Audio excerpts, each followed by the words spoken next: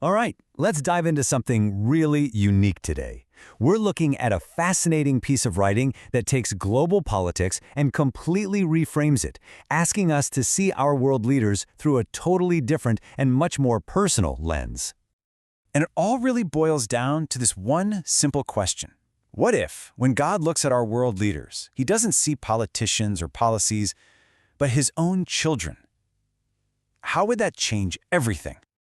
So it's super important to get this up front. What we're about to explore is a creative work. The author calls it an imaginary conversation. It's not a sacred text. It's an idea designed to make us think and challenge our own perspectives. The whole thing is framed as a kind of letter, and it kicks off with a really foundational concept. Okay, so right out of the gate, we get this word that changes everything, Abba. In this text, it's the name used for God, and it translates to Daddy. I mean, that one word instantly shifts the entire dynamic, right? We're not talking about some distant king on a throne, but a close, intimate, loving parent. And this quote just gets right to the heart of it. This isn't some detached observer.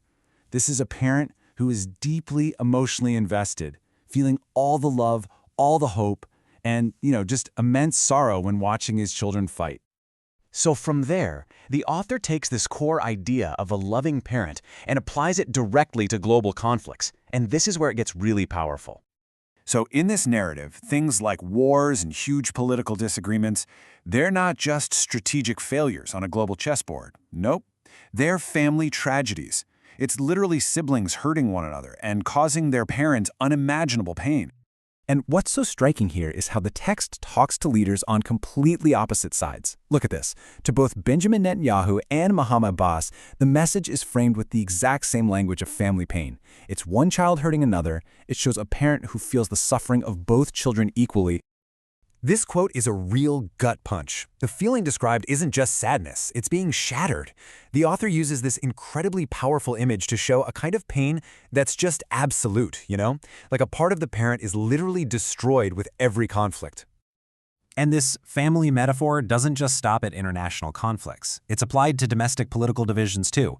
Here, Republicans and Democrats are pictured like siblings living in the same house, just slamming doors, refusing to even sit at the same table. And that image of pulling at the beams of a shared roof, wow. It suggests that all this infighting isn't just a disagreement, it's actively self-destructive. It's like a family that's literally tearing its own house down while they're arguing over who's right. But the author argues that the parent's pain isn't only caused by active fighting. It also comes from something quieter, something just as deep, the neglect of the most vulnerable and of the family home itself. This is just heartbreaking.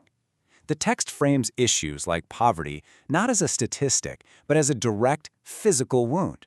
A hungry child's cry isn't just a social problem. It's an arrow to the parent's chest every single night. It turns social responsibility into this fundamental parental duty of care. And that same kind of deep, personal pain extends to the environment. The destruction of nature isn't just some abstract ecological issue. It's described as a physical assault on the parent's own body, literally crushing their lungs and leaving them breathless.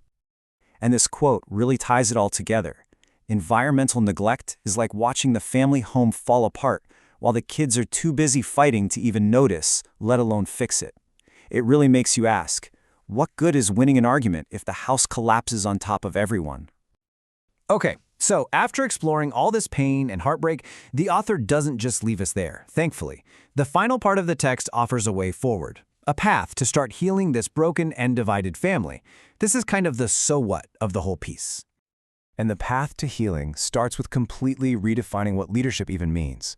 It's not about power or pride or winning. In this view, true leadership is measured by humility, by sacrifice, and by service to others in the family. And this leads to a pretty clear 4-step call to action. First, just stop hurting each other. See your rivals as your siblings, not your enemies. Second, care for the most vulnerable. A family's greatness is measured by how it treats its weakest members. Third, protect the family home, our planet Earth. And finally, the big one, unite as one family. Because love, true love, doesn't have a nationality or a political party. And the piece ends on this incredibly powerful but gentle image. It leaves us not with judgment, but with this feeling of deep longing and hope. A parent just waiting at the window, patiently waiting for their children to finally come home. It really makes you think, doesn't it? What changes for you if you start to see our world through that lens?